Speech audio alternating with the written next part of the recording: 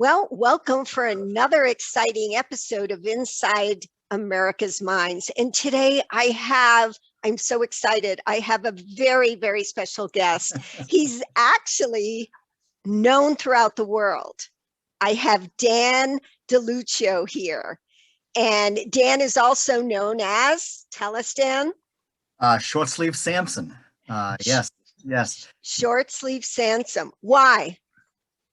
Well, when before I got into wrestling, first I should say when we were prepping for my first match, we needed to come up with a wrestling name and everything. And so the guy who got me into the business, his name was Tiny the Terrible.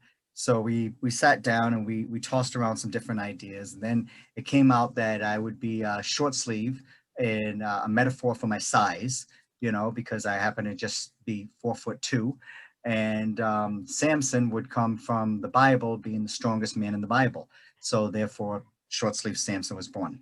I love it. And how old were you when Short Sleeve Samson was born? 24. Yeah, 24. So yeah. I know the audience has a lot of questions, but I have a lot of questions and I get to ask them. So you refer to yourself as tiny. You're 4'2". Now I Yep. got to ask you this question because I've always wanted to know this. How do you prefer to be categorized? As because there's so many different names for people under 5 feet. Now I'm tiny. I'm like I always lied about my height.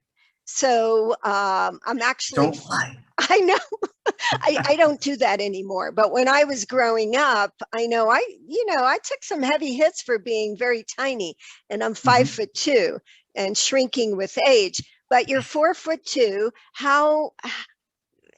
You know, how do you prefer to be categorized? And I'm trying to be diplomatically correct Yeah, it because I does. don't want to offend. Yeah, no, here's the thing. I have no filter. I don't. Love And it. and everything. And I don't mean to offend anyone either, but at the same time, I'm talking about myself. So therefore I can, use different names like the word midget or dwarf or little person or short statured or vertically challenged. It doesn't really matter because at the end of the day, you can call me Dan, you can call me Samson, you can call me short sleeve, you can call me after five. It doesn't matter because we allow terminologies sometimes to identify who we are beyond the scope of our business or occupation. And I think I think it's irrelevant because of the fact that, at the end of the day, uh, you know, I'm talking to you, you're talking to me, Hmm. and that's all that matters. How did you overcome it? Because there's so much stigma in general for just being the slightest bit different and outside the average or mean. When were you always like that? So self-confident and self-assured? No, no, I definitely wasn't. It was definitely something that I grew into. Let's be honest. My earliest days of school, I mean, Mm. elementary school, I was made fun of. I was, the shortest one in the class, and I was, the last one to be picked on a sports team, and things Oh, like, Dan, that hurts me well, when I hear that. yeah, it's all good. But then I left elementary school. And I went to middle school, and it was pretty cool because I went from being made fun of and everything to actually being popular, and it was actually a culture shock to me because I was like they talking Yeah. to me and everything, and it was actually really really cool, and it that followed me throughout middle school and high school and everything. But I would probably say, in all honesty, I don't know, maybe around 12, 13, because anytime I would dream and get ready to fall Mm.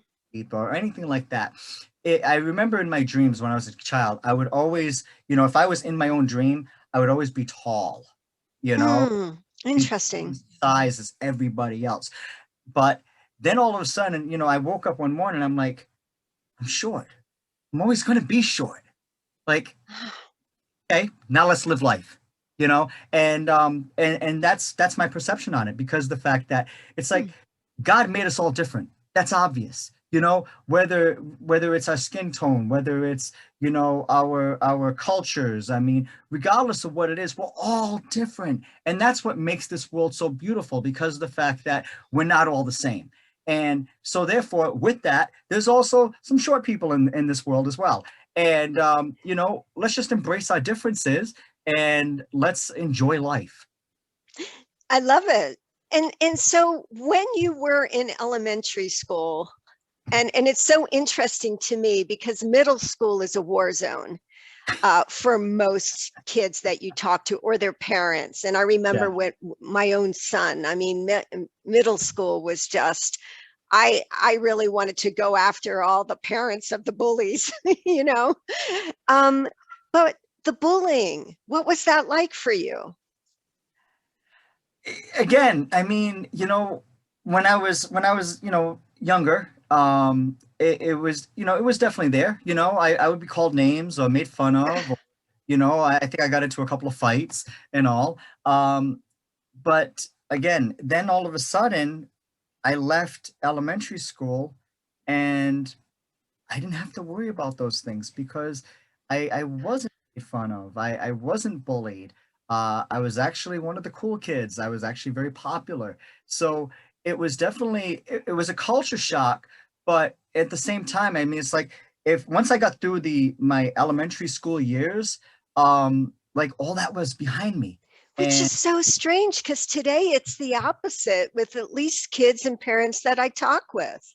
yeah, yeah.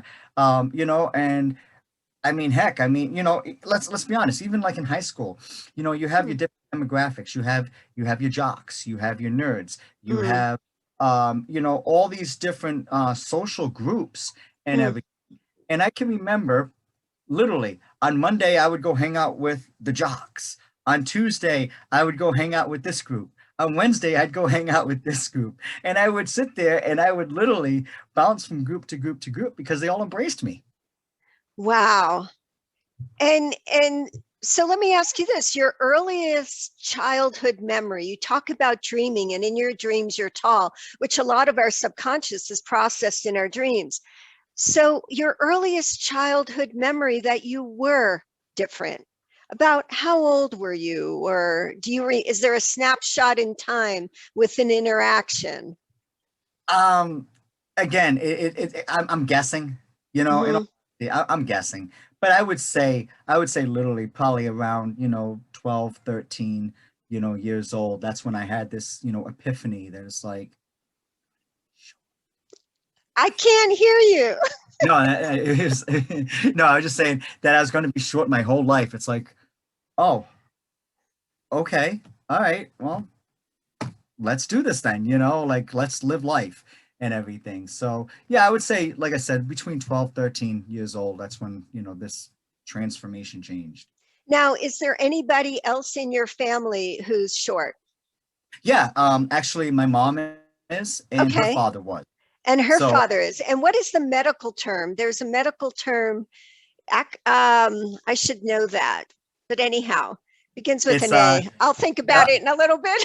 no, I'll give it to you right now. It's achondroplasia. Thank you. Achondroplasia. Okay. Yep. So is that And that's genetic? Which, no, it's not. I mean, in all honesty, when my parents had a child or whatever like that, it's really 50-50, because okay.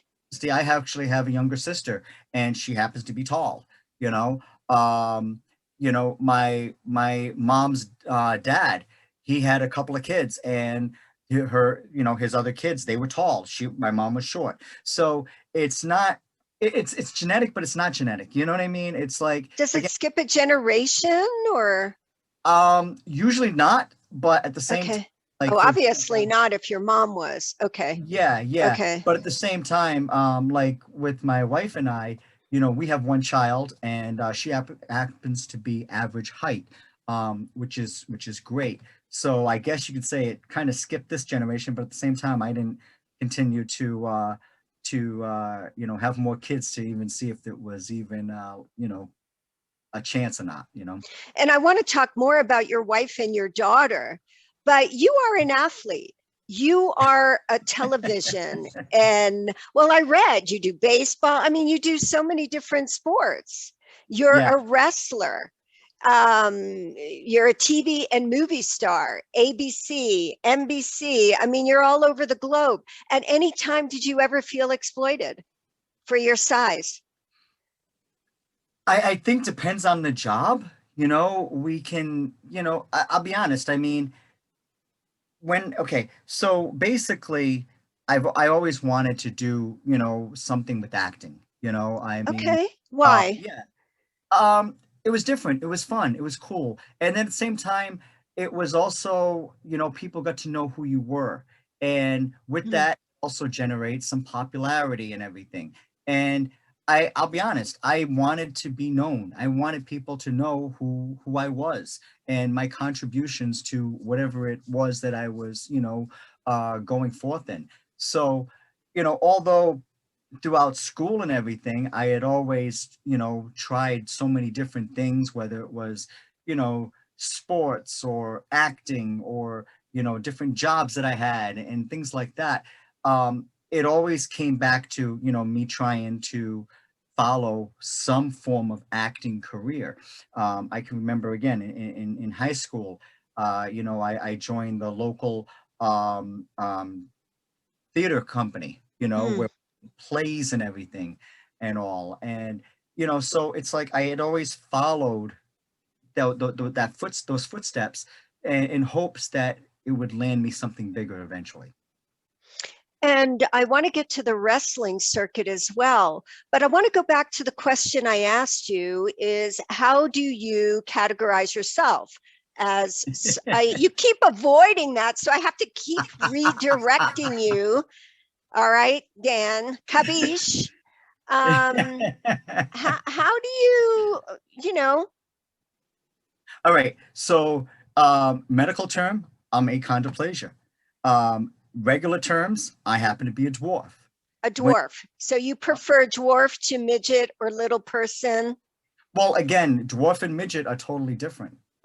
Tell Yeah, us the with difference. with somebody who happens to have dwarfism, basically their body size is normal height. Their arms and legs are short. Where you have somebody who happens to be a midget, their whole body proportion is smaller. So Okay. yeah, so you know, I happen to be a dwarf, but then at the same time, I mean, within my own personal you know, business, which is the Midget Wrestling Warriors, again, I use the word midget because of the fact that, you know, and I'm talking about you know, I hire people that are 5'2" and under, but with that, it's like it's the most identified word that we can use that would um classify with the category that we are in, you know, because of the fact that if I call it dwarf wrestling, nobody knows who that is or what that is. If I called it vertically challenged, they don't know. If I called it, Mm. they don't know. If I call it, you know, anything else, it allows a level of confusion, and then you have to sit there and you have to explain what you really are. If I say the word midget, everybody in the world knows what that is. And it doesn't offend you. No, no, it doesn't. Seriously, it doesn't. Because again, I'm talking about a classification of a group of people, including myself, you know. But at the same time, you know, we're having a conversation right now, and you're not identifying me with the word midget or dwarf or little person. You know, you're calling me Dan. And you know, so therefore people are the same way. You know, we're defining a sport and an occupation and a platform on what we use that for. But at the same time, you know, you may have some little kids like, hey mom, look at the little people, look at the midgets or whatever like that. But then at the same time, they figure out, you know, who we are and what our names are and everything. And then at the end of the day, they identify us by our names and our characters. Okay. And speaking of children, when children see you, because children out of the mouth of babes, they're not censored, what is the Yep. usual response you get from kids? Oh, hey mom, look at the little person. Hey mom, look at the midget. I mean, in all honesty, I probably don't hear the word midget too much anymore. But normally it's like, hey mom, look, he's small. Hey mom, look, he's short. Hey mom, look, he's, whatever that is. But that's pretty much what I get. And then with parents, parents are, I'll be honest, are 50-50, because Hmm. some parents they'll be like, oh yeah, look at that giraffe over there. Look how, they just totally redirect their kids. You have other parents that will sit there and say, you don't say that, okay? You know, So, yeah, because they're conscientious of not wanting Ex- to offend you in any way exactly. or hurt. Yeah.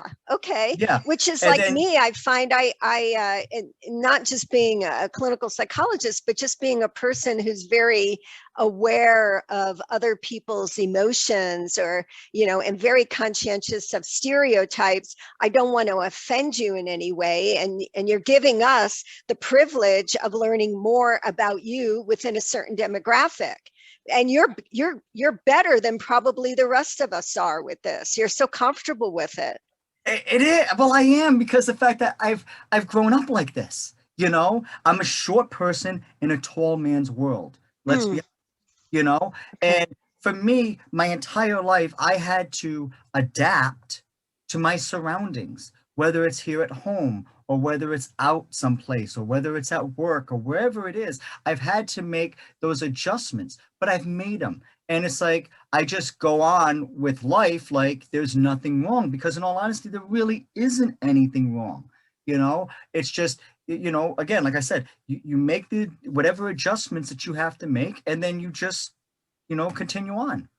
And the American culture, our American culture is so, especially with the media, is all built on such physical aspects that, it creates a lot of insecurity in our younger generations, that it follows them, those insecurities, for the rest of their lives. So, I mean, you're just amazing. But what has been the most, you're also very I appreciate it. humble. No, I I call appreciate it. it Thank like you. I see it. And that's where you got to correct me or tell me to back off if I'm You're diplomatically fine. You're fine. offensive.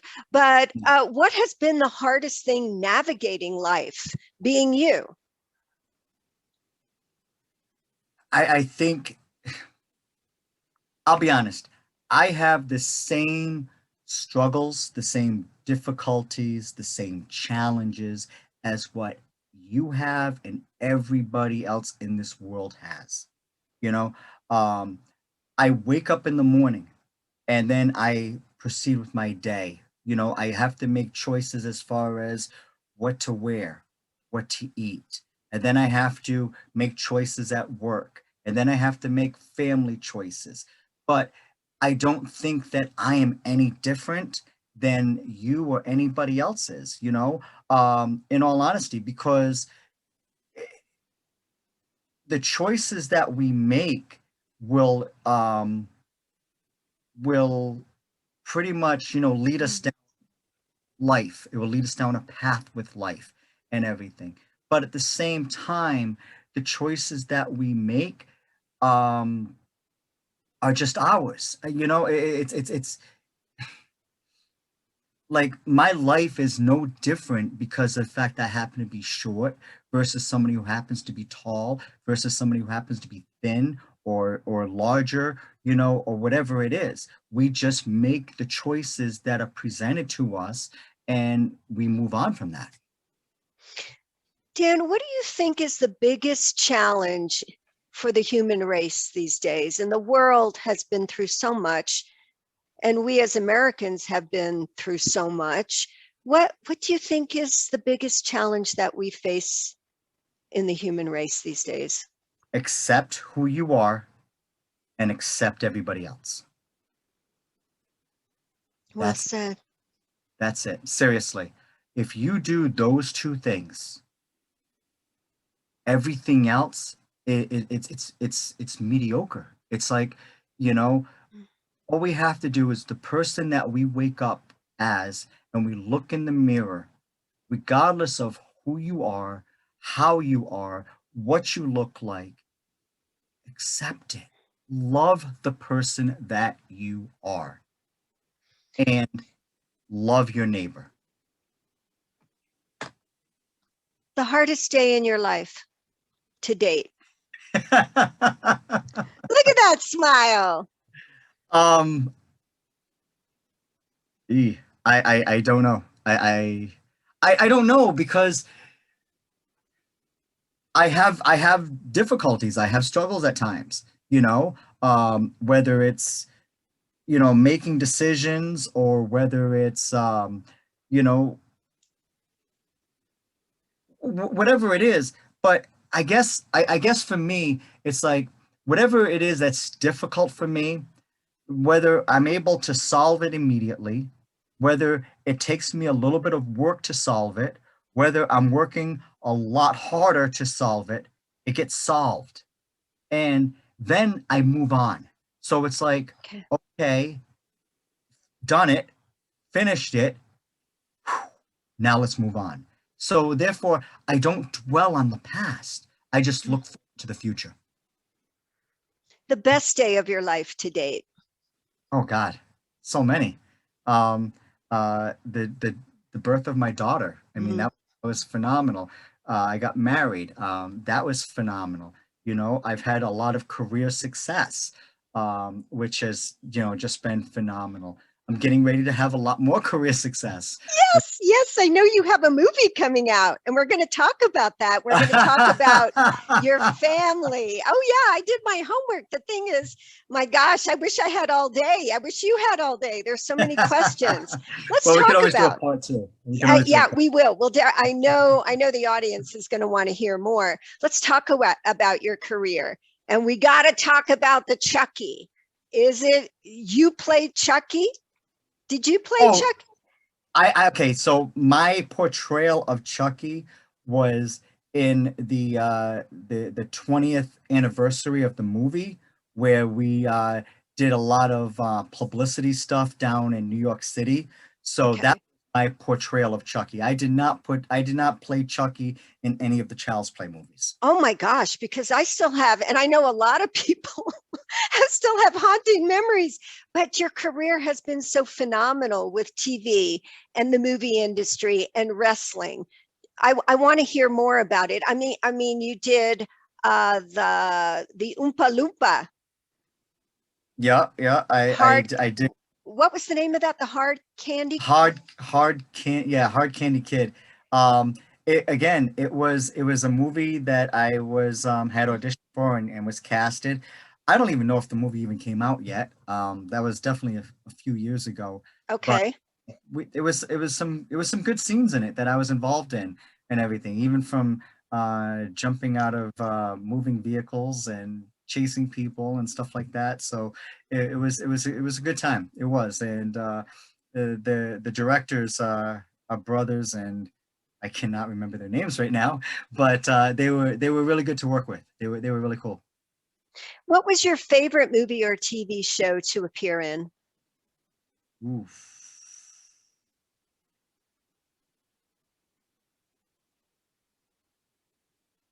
Probably, God.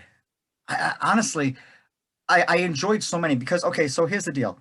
I worked with a casting company, where we did the whole Minion thing downtown. Yeah, And was that we in were Despicable Me?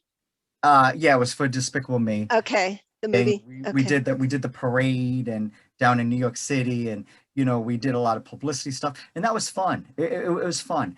And then the movie that I'm actually currently doing right now, Undescribable Urgencies. It's great because of the fact that I play a character who, I can't give out a whole lot, but It's okay. yeah, he's very intense, and I have some good action stuff, and I have some romantic stuff, and he he happens to have a pivot within the movie. which is definitely a character change. So, that's really, really cool. And, so it's like, I'll be honest. I mean, with everything I've done, I hate to sound so like vanilla with this whole answer, No, but it's your life. You get to yeah, say. I mean, with everything I've done, each project, each job, each opportunity I've had with it, they're all different. So Mm, therefore, because they're different, it's hard for me to sit there and say, A against B, because of the fact that they were different. And with that, I learned so many things, and as well as had a lot of fun doing those things as well. I mean, let's be honest. I was at one time, I was the teddy bear in the teddy snack cakes, and oh, were you? Now, was this yeah, the commercials or the TV? I did commercials both on TV as well as on print and everything. And so with that, I think for like 6 or 8 weeks, I was down in Jim Henson's production studios Oh my where gosh, what was that like? The oh, Muppets, it right? was The Mupp awesome. Oh my gosh. It was awesome because the fact that here it is, it's like, you walk in and you get through security and you see like all the different murals on the wall, of the Muppets and, the Jim Henson and Mm. his staff. And, and they had a lot of costumes there and all. And it was just a great opportunity and, made some really good friends there. And, again, proceeded with the whole job and all. But again, it was just an awesome opportunity to have and everything. So, And let's talk about the wrestling world because that's what you're known for very much so throughout the world. So you were about 24 when Short Sleeve Sampson was created. yes. And I've seen pictures of you, and I'm sure the audience is going to look you up now. You're buff. My gosh, the training. What kind of training goes into being a wrestler?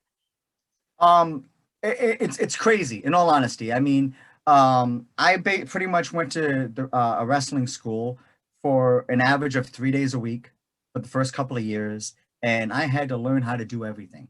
I had to learn all the moves and the footwork and the body placement and how to sell things, to the fans and Oh all. wow, that's right, because a lot of it is so audience motivated, right? Oh, totally, totally. Yeah. I mean, you got your good guys, you got your bad guys and everything. And, we have to be able to portray what we're doing to the fans as well as what's being done to us, to the fans and everything. We have to sell a product and everything. Oh, And, you know, the good guy, basically pretty much, is victorious, and the bad guy is hated and spit on and everything. But yeah, it's like, but with that, it's like, okay, I went to wrestling school, and then I also have to, go to the gym every day and work out and keep myself in shape and everything. So it's a tough road. It really, really is. But at the end,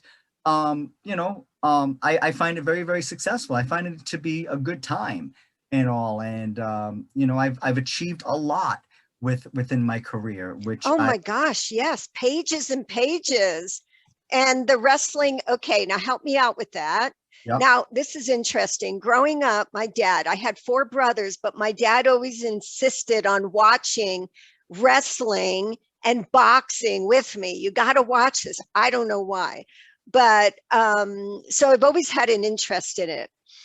But I guess I didn't know a lot of it was already pre-staged. I had no idea about that. I don't know about the boxing. I'm not in that industry. Well, not necessarily the Yeah, boxing, but the but wrestling. Yeah. with the wrestling, it is. I mean, it's predetermined. But at the same Okay. time, with that, now it's like, okay, we pretty much have the end. The end is this person needs to win. But now we got to go from the end and move forward. How is Mm. it to win? Okay, and then what's all the things that's going to happen within the match that's going to be the result of this and the result of that, and et cetera, et cetera. And then all the way to the beginning where you know, I have my entrance, and I have my chance to basically be able to get my character over with the fans, and all, and the heel, he's got his entrance, and he has to get over with, being the villain, and everything. And so with wrestling, it's different, because the fact that, like I said already, you pretty much start at the end and Yeah. Huh. forward, versus the other way around. I did not even think of that for a moment. And were you always the good guy, or did you ever play the villain? I can't see you as a villain, but I've seen some of your pictures and I'm like, okay, there could be a real tough guy streak there. No, I'll be honest, I've pretty much been the good guy, because here's the thing.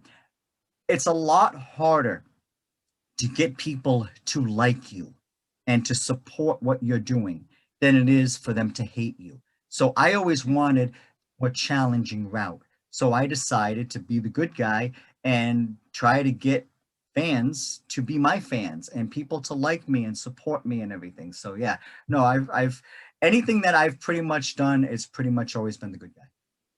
And you have a lot of fans. I mean, you must have how many generations of fans now, Dan? Quite a few. Let's just Yeah. leave it And at how that. do they communicate with you? Do they send you letters? Do they?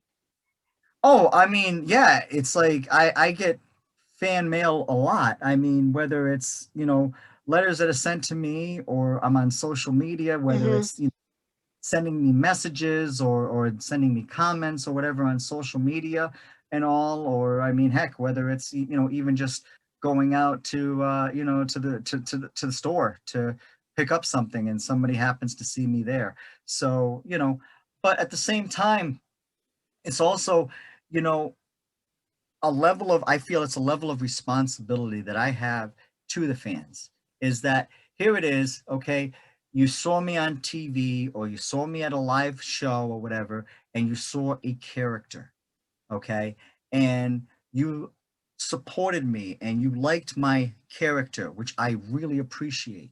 But it's like, when I have a bad day and I happen to be out, and Mm. happens to recognize me, I Yeah.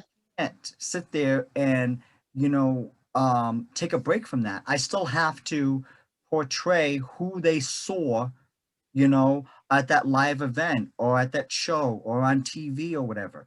And, so it's like I have to step out of whatever the situation may be that, I may be going through at that moment. And I have to put on a facade, or be myself, or whatever the situation is, because the fact that if I were to treat the fans anything different, then it's all a farce, and you can see right through it. So it's like I have to be real, and I have to be genuine in what I'm doing as well. I commend you, because that must be so difficult to have to be that person people know you to be, even on your worst day. How do you do that? And you're not easy to blend in to the crowd, right? You're not like other people where you can flop on a wig, hat, Right? glasses, whatever. I mean, especially people that are very much a fan, they're probably like, oh my God, short sleeve Samson, I'm there. Yeah. How do you balance that if you're having a bad day and you're going out, and let's say you just want to go to the grocery store or wherever it is you go? How do you mediate that? Honestly, I've learned where it's just a switch. It really is. Okay. It's a mental switch. And it's like, if for example, I'm at the grocery store and I'm with my wife, and then all of a sudden it's like, I hear somebody, excuse me, are you short sleeve Samson? I flip the switch. And it's like, hey, what's going on, buddy? And I have to just turn it around. And then as soon as that's all done, well, now I can go back to the conversation, or whatever it is that, was going on with myself, with my wife and I, whatever the case is, I can go right Hmm. back to that. But yeah, that's pretty much what it is. I pretty much flip a switch. Well, and then your wife and daughter have had to grow into understanding how to deal with the public and your fan base, I would imagine. That's very difficult for them. I know you treat them well, right, Dan? Oh yeah, I do. No, totally. Good. You spoil them, right, Dan? Yes, I do. But Yes, that must be difficult for them, especially when you're out just wanting to do everyday husband, wife, and dad stuff. yeah. I mean, so here's the thing with my family. I have a great family. I really do, and I appreciate, you know, them standing by me and supporting me in what I do as well. Um, my as far as my daughter's concerned, I'm dad. That's who I am. I'm dad. I'm not short sleeve Samson. I'm not, a big star or anything like that. I'm just dad. And I appreciate that because when I'm home, we have our regular family stuff like every other family, in this world has, you know, and everything, which is great. My wife, my wife knows how to my okay, so pretty much I've met my wife before I started wrestling, which I appreciate because the And, fact that and I want to add, I know the audience wants to know about that. So let's stop a minute and okay. Dan in love. Tell me about meeting your wife.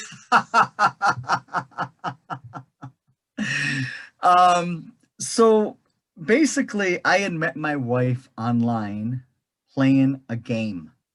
And Awesome. yeah, so back in the day we had dial up for internet and it was AOL, where you get a You have mail. yeah, yeah. And on AOL, there was a game called Slingo, where it was a bingo slot machine type game, and you would play it with, I think it was like 10 or 20 other people, and it would be, I think it was like 10 rounds where you pretty much had to finish the game. And so late at night, I would go on, and it was a chance for me to, de-stress, unwind, just relax, pretty much just hit the button, you know, and all. Very And therapeutic. yeah, yeah, yeah, yeah, yeah. And so one night I had went on, and again, people are talking, and I was just, I would just read the chats. That's it, you know. And I happened to see this person in the room that was pretty much making fun of different people in the room. I'm like, what the heck is this? And they were talking about this and talking about that and all. So finally, I started on this person and all. Well, from there, again, we, people leave after the end of the game, and we decided to stay on. Well, 2.5 hours went by, and I was like, "Hey, listen, you know what? It was real nice talking to you and everything." And she had said, it was nice too. And I'm like, "Okay, great. Have a good night," and all. And we signed off. I think probably like a week or 10 days had went by, and I had went on, and I'm like, I just wonder if this person's on. So I happened to type in her screen name, which was Tweedle21, I believe, or something like that. It was Tweedle something. And I typed it in, and it said that she was on. I'm like, oh, okay, well, let me send an instant message to her. And I said, hi, do you remember me? And she replied, yes. Great. And that's pretty much how everything started. So that's how I first met my wife. But obviously, it went from, you know, chit-chatting and all, and just small talk, and, talking about this and talking about that, to some time it went by, and then it was like a pen pal thing, and then it was a friendship thing, and then, this person's kind of cool, and, I kind of like to get to know them a little bit more. And then we exchanged phone numbers, and we started talking on the phone. And so pretty much this whole thing on AOL had started where I first met her back in like it was either March or April of What year? um how did I know that question was going to come up? Well, Uh, how long have you been married? we got married in 2000. So Okay, but you've known her longer, obviously. yeah, yeah. I want to say it was 97. Wow. So here you are, one of those very special Hollywood people that Sounds like you've got a pretty solid marriage. So tell me what it was like when you saw her in real time in person for the first time. It was surreal, you know. It was the week before Christmas of that year. I actually, because I was originally living in Rhode Island, and she was living up here in New York. So we drove. I drove to a casino up here where she was at, and also that was like the designated meeting place. Mhm. And I walked in, and her sister were sitting at a table, and it was cool because it was like, okay, everything we had talked about, everything that I had revealed about me, everything that she had revealed about her, now it's like we're meeting, and it's like, Yeah. And what was you that? know, I mean, just oh my gosh, happens all the time in today. yeah, Today I yeah, still hear it from clients and patients. I'm going to meet them in real life, and nowadays the response is, we're still in the middle of a pandemic, be careful. yeah, But yeah, yeah. going back then, so you see her for the first time in real life, what were you feeling? Oh, I'll be honest, I was a little nerved up, I was, Yeah. because it's like, all right, is this person going to be who they have portrayed themselves? Hmm. Is it going to be a facade? Is it going to be legit? But she was a little bit shy and everything. And but once we had met and everything, her shyness had dropped, my nerves had dropped, and it was a fun day. It was a really, really cool day. Like I said, we spent the time at the casino. We did different things. We played some games. We had some great food and all. And I pretty much spent the whole day up here. And then after it was done, I had went home, and we had talked on the phone a whole lot more. But I think it was a month later, is when she had basically said, "Okay, you know what? Let me come to Rhode Island to live with you." And so that's what we did. I drove back up here. I picked her up, and she grabbed some stuff and loaded that all in the car, and yeah, we drove back to Rhode Island. When did you know you were in love? Oh my God.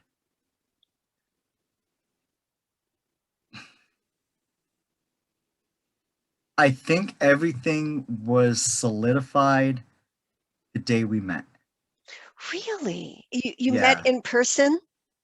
Did Yeah. you know? You knew when you saw her? Well, I mean, before that, again, there was a lot of emotions involved, especially between her and I. And there were, we had thrown out the word, I love you and things like that. But thinking about it now, I don't think, I think we needed to meet to be able to solidify those things. Because, again, the nice thing I appreciate in meeting my wife is that it was a build up, you know. Again, it started with a talking to a stranger on Mm. on the computer, to talking to a friend, to there being some romantic interest, you know. And then there's obviously some emotions that built that up, and then finally you have the meeting, and I think that Mm. had solidified everything at that point. Dan, how long was it from the first time you spoke with your wife to the day you met her in person in New York? What amount of time? Well, we first started talking back in March, and I met her in person the week before Christmas that same year. The proposal? Tell us about that. Uh, What a great smile you have. oh man, thank you, thank you, thank you, thank you. Um, so basically, with the proposal, um, I had arranged for with a friend of mine, had basically offered me and my wife now, her home, because she and her boyfriend or whatever it was were going to be going out. And so um, in talking to my wife, Vicky, I had told her that hey, let's go over to Carrie's house, which is a friend, and we're gonna hang out. We'll have some food. We'll play some games and all. And so she was like, oh, okay, cool. So with that now, I also had a very, very large jacket with a lot of pockets, and it's got to be, known. So we went there, and my wife has no clue what's going on, and I think we had brought a pizza, you know, and all. So we get to the house, and I'm like, oh, the car's not here. And so we walk up, and I'm knocking on the door, and nobody's there. And I happen to, try the door, and the door's open. I'm like, oh, okay, well, the door's open. Let's just hang out. So we're sitting there, and I'm like, oh, now we're eating and everything. And from there, it's like I happen to uh, pull out of my pocket a bottle of wine, and out of a pocket I pulled out a couple of candlesticks, and out of a pocket I pulled out a couple of candles, and I just had literally like multiple pockets, um, and I'm pulling all this stuff and all, and I'm putting it on the table. Next thing you know, I mean, heck, it's like granted, I made pizza gourmet that day. Put it that way. It's like, wow. And what is Vicky's face like as you're pulling out these surprise gifts? Is she I'm an idiot. getting it? Do you think? No, no, no. He's an idiot. Like, what the hell is going on with him? You know? She sounds like a very strong personality. Oh yeah, yeah, yeah. Yeah. Totally, totally, totally. And so, she's just like, oh, okay, you know. So we sat there, we had pizza, and I lit the candles. We had the whole thing and all. And we're talking and we're laughing and joking, all those things that you do. So then after that, it was time for dessert. And out of my pocket, I pull out dessert. And I don't know what it was. I don't remember what it was. I bet Vicky does. I don't know. I don't know. So I happened to ask her, I said, do you want some dessert? You're hungry. And she's like, I'm like, you want dessert, right? I'm like, you want dessert, So she's like, yeah, yeah, okay, yeah, let's have some dessert. Great. I happen to pull out the dessert and everything, and I don't remember again. I don't remember the whole setup, but basically, I had the engagement ring as well, and I had it in the box, and I think I had to distract it or something, and she had turned around, and I'm down on one knee, and I had the box open, and I said, "Will you marry me?" And she was definitely shocked because this was actually the day before Valentine's Day. It was actually the 13th of February. And I got the yes, which I had really appreciated. But yeah, it was a cool thing. So now anytime like February 13th is our Valentine's Day. How beautiful, how unique. Yeah, yeah. You're very creative. You're very creative. So Vicky is your best friend. Yeah, yeah, she is. She is. Now is she average height or is Yes. she okay? No. So how did that work? Was your mom upset because she wasn't a little person? Was her family upset because you were a little person? How did all that go? Because again, as a psychologist, I have the privilege to hear the stories of the challenges people face, especially in relationships. And a lot of it is based on diversity, different in any way. There's a lot of family dynamics. So how did you and Vicky do with that? Well, my family was definitely inviting to her, I mean, Good. let's be honest, my mom is short, my dad's average height, so they already had their own, relationship with that and all. Who they happen to still be married today, which is Oh my great. gosh. Oh yeah, Yeah. yeah. I come from a good line of people, Absolutely. you know. For Vicky's parents, um,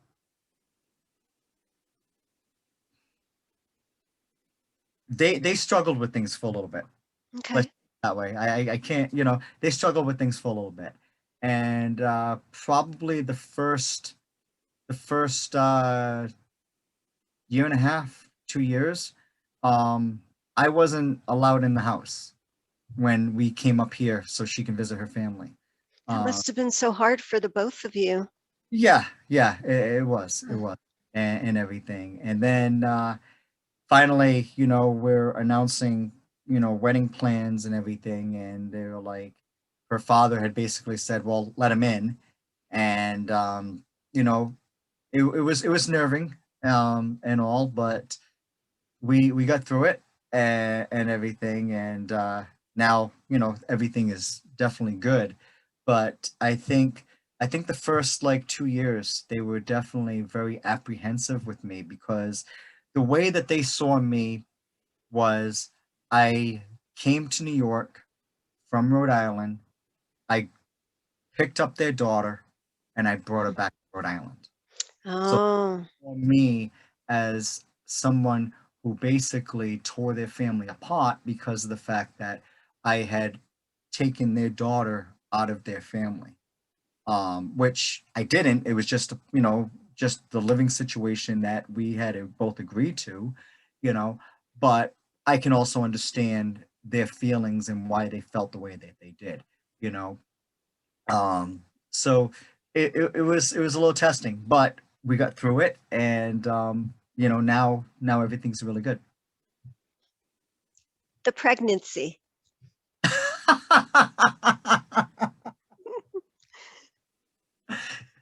What do you want to know about it? Well, you guys are talking about being parents. You had your Yep, concerns you mentioned earlier, yep, in so many yep, yep. words. So how did that conversation go with you and Vicky? And then what, and then I'm sure we all want to know about now. So, you know, you know, yeah, obviously we were talking about having, you know, children and all, and we were married for a few years first, and all. And I'll be honest, as far as, you know, having a child, it wasn't, there really wasn't a whole lot of thought behind it, because of the fact that, you know, I wanted to have children, my wife wanted to have children. Um, Well, it was good, and it didn't matter if, again, if the child that we had was tall or was short, you know, or, you know, was thin, was, you know, big. It didn't matter. Like, regardless of what we had, we would love it just the same, and just, you know, to the fullest that we can be able to love a child and all. So it it was just a matter of having a child. So you get the news that you're pregnant. Yes. How are you feeling? Well, that was actually a funny one, because of the fact that, okay, so going back a year before that, my wife had had a bad accident at work, where she had worked in a restaurant, and had, work was over. She went to the bathroom. She changed out of her uniform. She put her regular, you know, clothes on, and she walks out. And the manager, who was there, happened to bleach the floor. So basically, the floor was an ice rink on a tile floor. Oh my God. Tile floor is very, very, very slippery. And my wife had pretty much went right down, and she dislocated her shoulder and all. So that whole thing basically happened. And so probably a year had went by, and you know, my every time my wife went to do something, where it's closing a window, you know, different things, her shoulder would pop out Mm. constantly. So we went to a an orthopedic specialist, where she, you know, would be able to get some x-rays and all. So we're there, and they had asked my wife, you know, well, before we start the x-rays, do you happen to be pregnant? And my wife had pretty much said, well, I am married. I mean, anything's possible. She sounds like a really great, awesome Yeah, woman. yeah. So they had given my wife a pregnancy test, and the test came back positive. Oh And my gosh. that's how we found out my wife was pregnant was at a doctor's office. And she survived the fall. The baby survived the fall.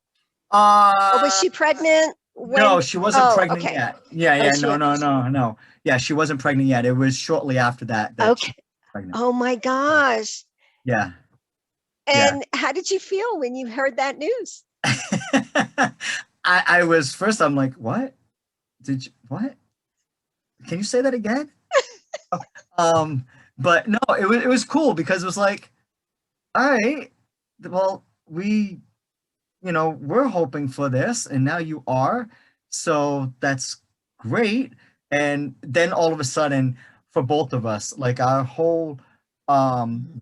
living, our whole focus, everything that we had planned, we had before that we had built everything for ourselves. And now we had a third person that we had to bring into the world and pretty much welcome with open arms, which she, my daughter was. But we had to have a nursery and all these things. So instead of buying for ourselves, we were buying for our daughter. So it was good. The birth of your daughter. My daughter was born 4 weeks early. I just want to point that out. 4 weeks. 4. She was supposed to be born on February 28th of 2003.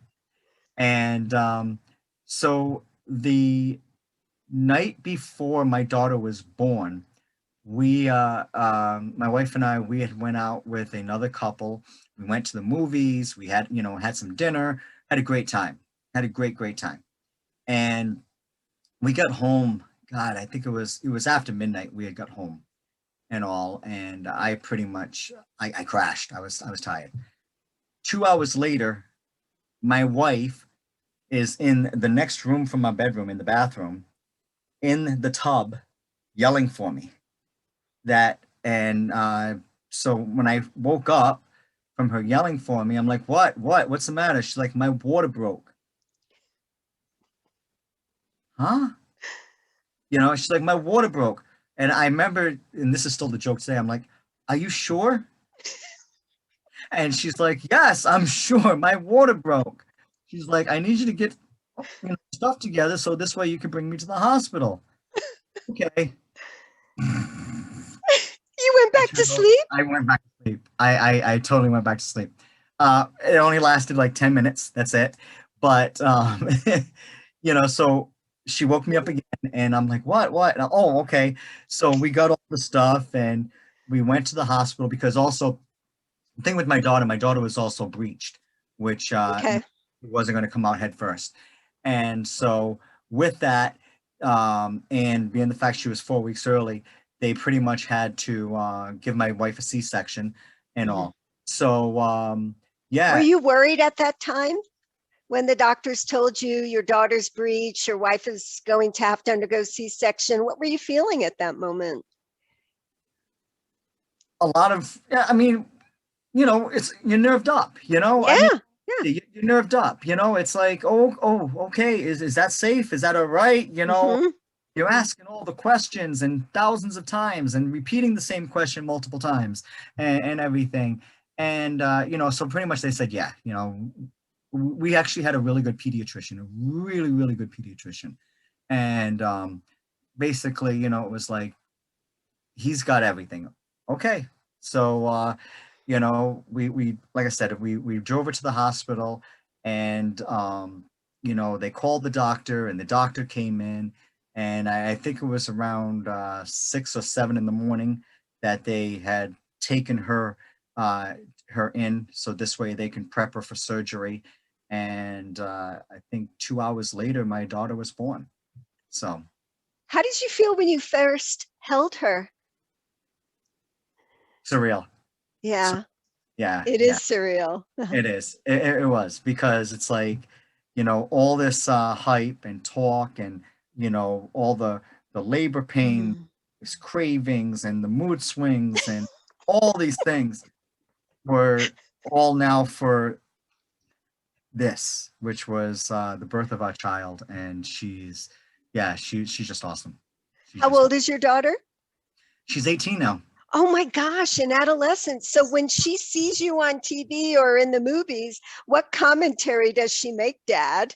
She doesn't. That's just it. Really? Yeah, she doesn't.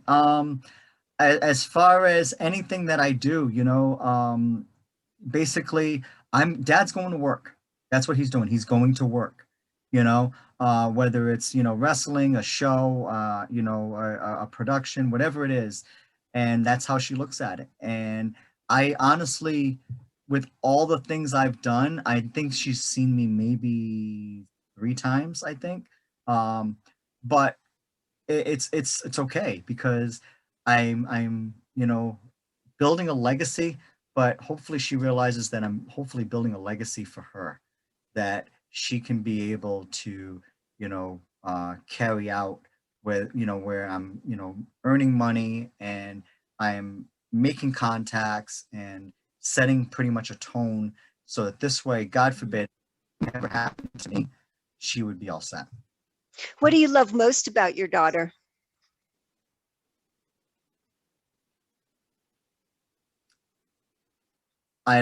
So I love the fact that she is a high honor roll student. I love the fact that she has got a great personality. I love the fact that she's the most beautiful girl in the whole world. Um, you know, I love many things with her. Many, many things. And Vicky? What do you love most about Vicky? Vicky pretty much is solidifies the relationship, Yeah. She does. She totally does. Like if I come home and I'm carried away, she's like, really? You know?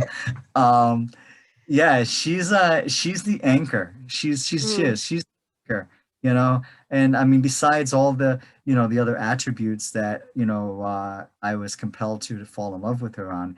But yeah, she's pretty much the sugar in this cup of coffee here. Oh. So when your daughter brings her friends over and when she has growing up, I bet they're so excited to see you. Do they ever ask for your autograph? A couple have. A couple have, actually, I think it was like 2 years ago. I had wrestled in New York and my daughter had brought her friend to the show with her and everything. And it was funny because it was a smaller show that I was wrestling at, so I had to find somebody to be able to sell my merchandise, especially like when I was wrestling or whatever like that. So the two of them did that. And before the show had started, I had asked, I said, do you guys want anything? You guys want a t-shirt or something? And they're like, no, don't want anything. And with the adolescent attitude. Yeah, totally. Yeah, I know it well. Yeah, totally. And so I went out, I wrestled, entertained the fans and everything. And then after that, I went back to the table and my daughter Alexis, she's like, she's got something to ask you. Okay, what? Well, the girl didn't want to ask. And my daughter's like, she wants to know if she can have a t-shirt. Yeah, you can have a shirt. Yeah, totally, So here's a girl, which was really, really cool because here's a girl that went to the show. She was my daughter's friend. And they, she pretty much, I'll go to the show with you guys because that's what we were doing. And she saw me wrestle and then became a fan. And she's like, yeah, can I have a shirt? And I'll represent. I think that's awesome. Great. Is Alexis dating yet, Dad? Not that I know of. Okay. Oh, let's be honest. I'll be honest. We've been in a pandemic now for the last year and a half. Yeah. And so whatever the normal could have been, it's not. My daughter is doing school here at home still. She's pretty much decided that she wants to finish out this year here at home. So since March of last year, she's learned from home. But she's also doing very well with that because, like I said, her last report card, her GPA was a 98, out of 100. Wonderful. Yeah, it's like, who gets that type of thing, you know? I mean, my GPA was not a 98. It was not a 90. It was not an 80, you know? Yeah, mine wasn't either. So I'm with you. But Yeah, what an achievement. What an achievement. And it's been very difficult, especially for the younger generations during this pandemic. totally. So I have to, on your bio, you said you do an Italian accent impression. So I told you before we started the show that I grew up in Italy, in Yeah. Tuscany. So you have to talk to me. You have to say a few things with that accent. Oh no, I can't. I can't. Yeah, you can. You're an Oh, actor. yeah, yeah, I know. It doesn't mean I turned it on right now. Um, oh my God.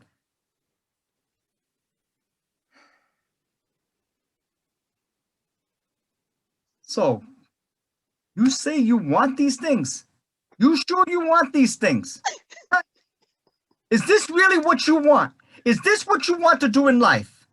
Is, eh? I love it. Oh, I love the face. Oh, now I feel your family now. I love it. So if you had one word to describe you, Dan, what would that be?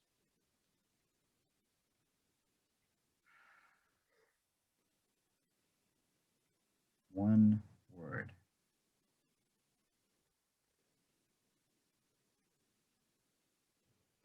Charismatic. Charismatic. Okay. Charismatic.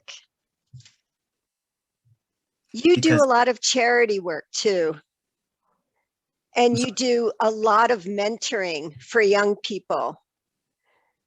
I try. I You mean, I do.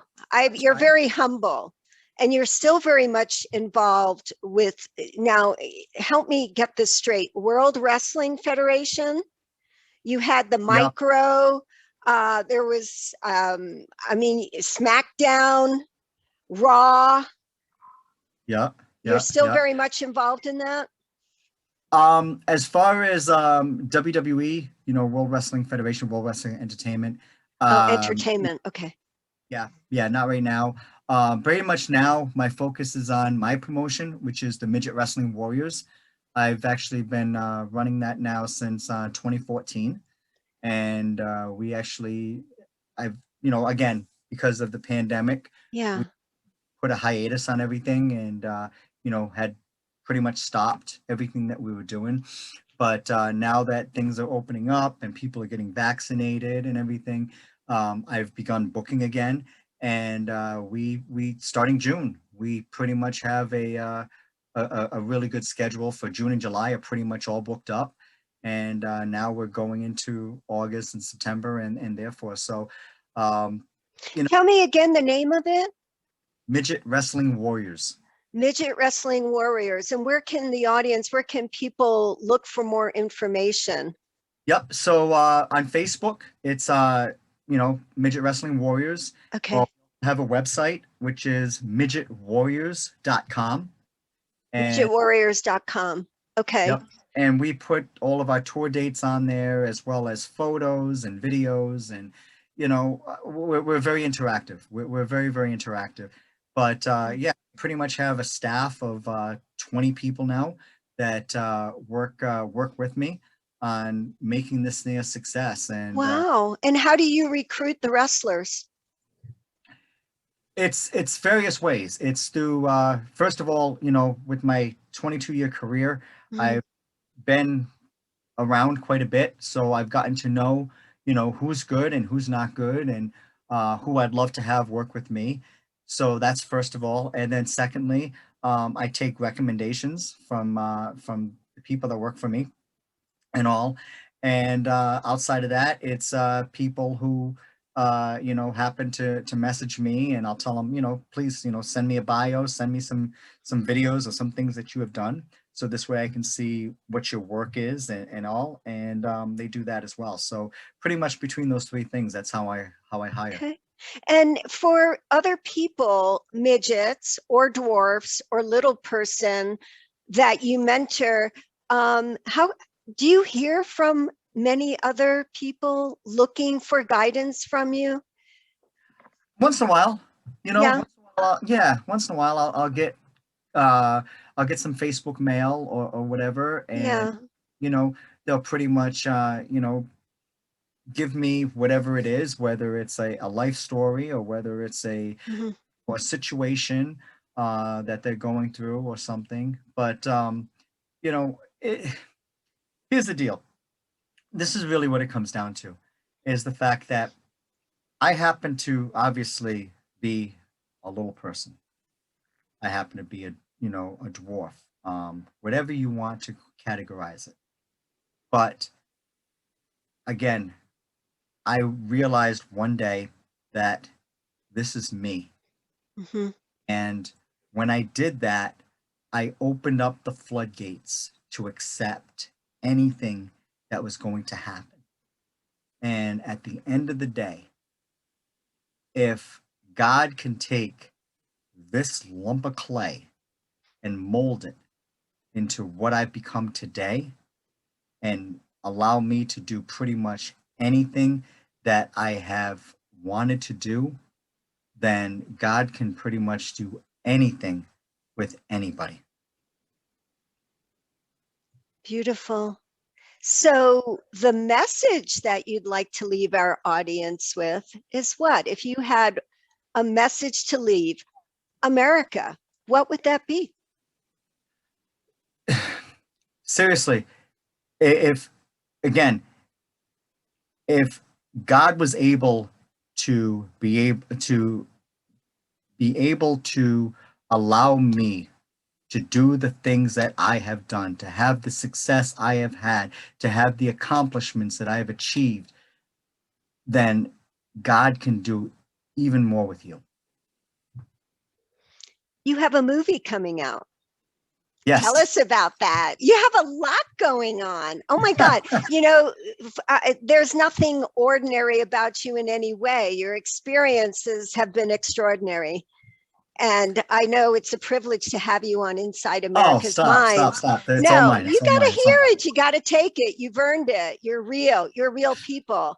And people, this is a gift you give to the world, is by being your authentic self. Like you told me, be you, Hmm. and I think so many times in today's world, especially when there's been this chaos and so many are questioning who they are and identity, because we've been Yeah. thrown into the midst of a global pandemic and a collective, grief, if you will. Hmm.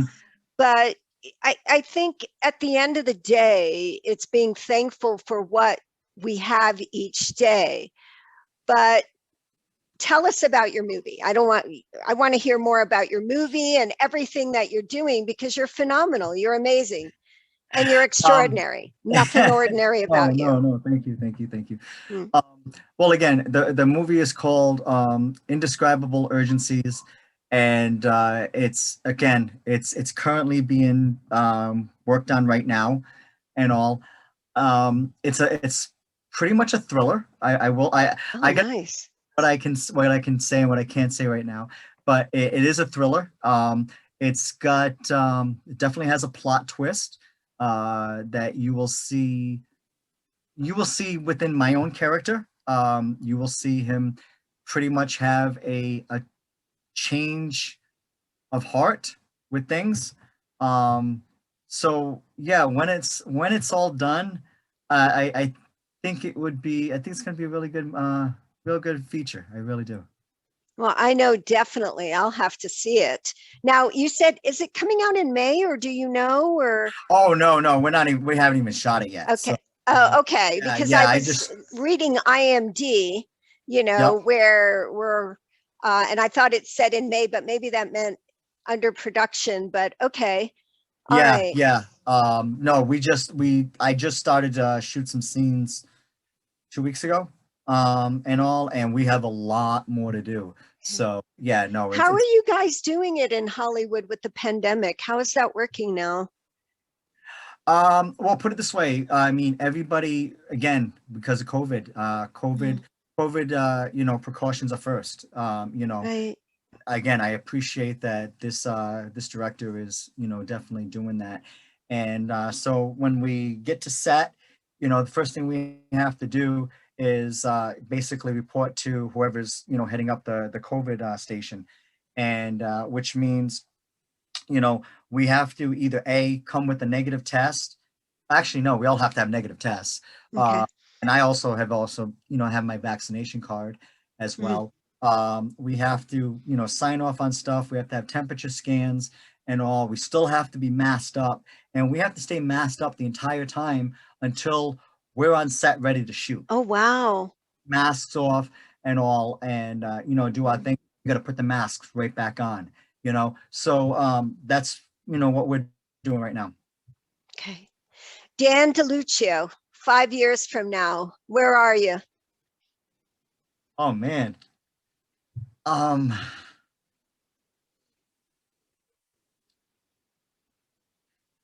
enjoying life.